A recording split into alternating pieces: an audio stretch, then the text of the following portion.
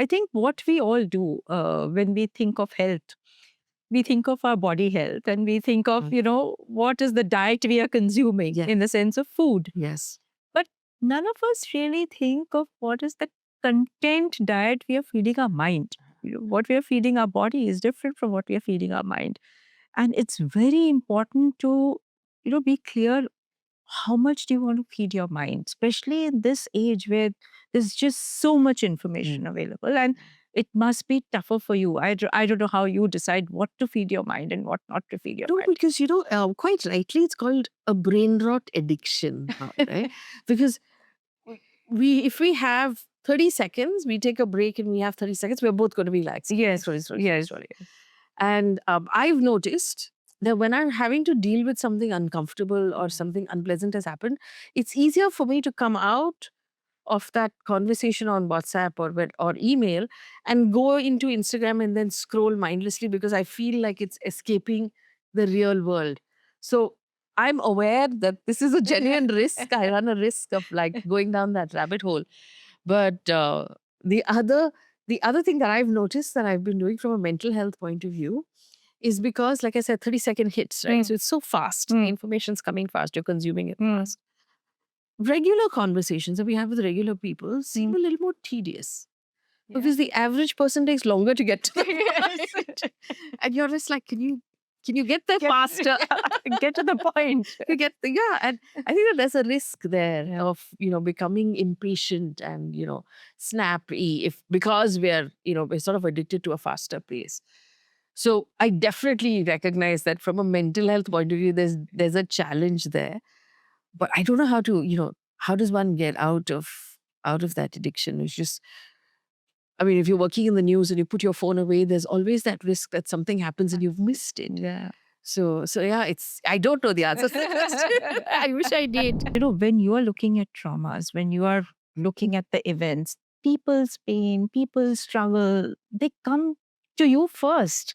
And how do you manage to keep yourself emotionally strong? There used to be a time when you read it on the newspaper, it would be a this much column somewhere in your paper, and you'd read it, and it would be a data point, and you'd say, okay, these many people, all right, you'd take it in as information, but you couldn't empathize because your brain wouldn't allow it.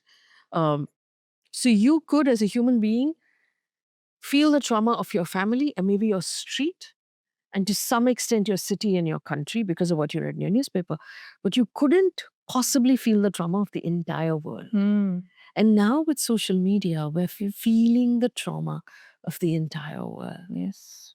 I mean, I call this like vicarious trauma.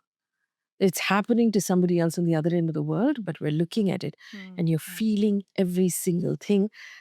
I don't know what this is going to do to us as human beings, but it's here.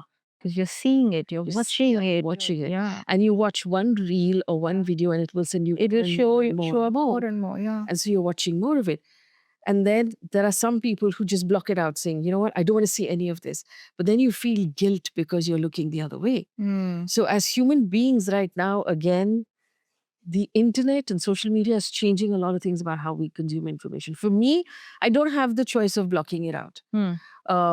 So I have to plug out on a regular basis. So I step away from it. I spend some time with the dog, or I spend some time with my child. I do other things. I cook a meal. I do things like, I exercise. I do things that take my mind off it so that it's not, you're not constantly running those images, even after you stop looking at it, running those images in my brain a lot. The second kind of trauma happens once you put out the information, and then the comment section tends to be trolly and hard and personal. Yes. It's been 5-6 years on digital for me. I should have been used to it, but I'm not. Was there any unscripted moment that kind of changed you? I think the main moment for me was when I left television, and it happened quite suddenly. It happened overnight. It was quite sudden.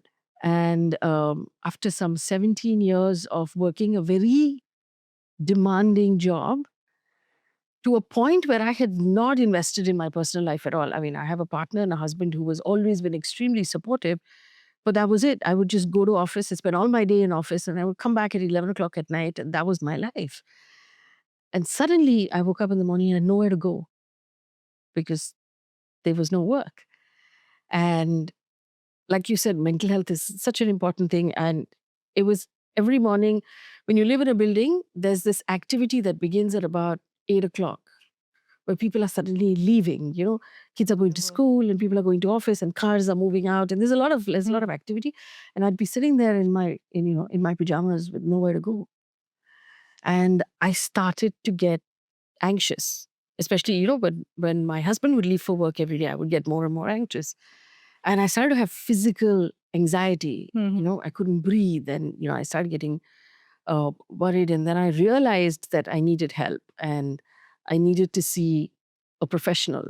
And I went to see a psychiatrist. Okay. And I put myself through therapy to find my way out and asking myself what I want to do with my life. Do I want to be a journalist? What kind? That was part of that entire exercise of actually stopping and saying, I've gotten to this point. There are no obvious ways forward. What do I do? That was really scary for me. It was terrifying. I didn't know what I was going to do.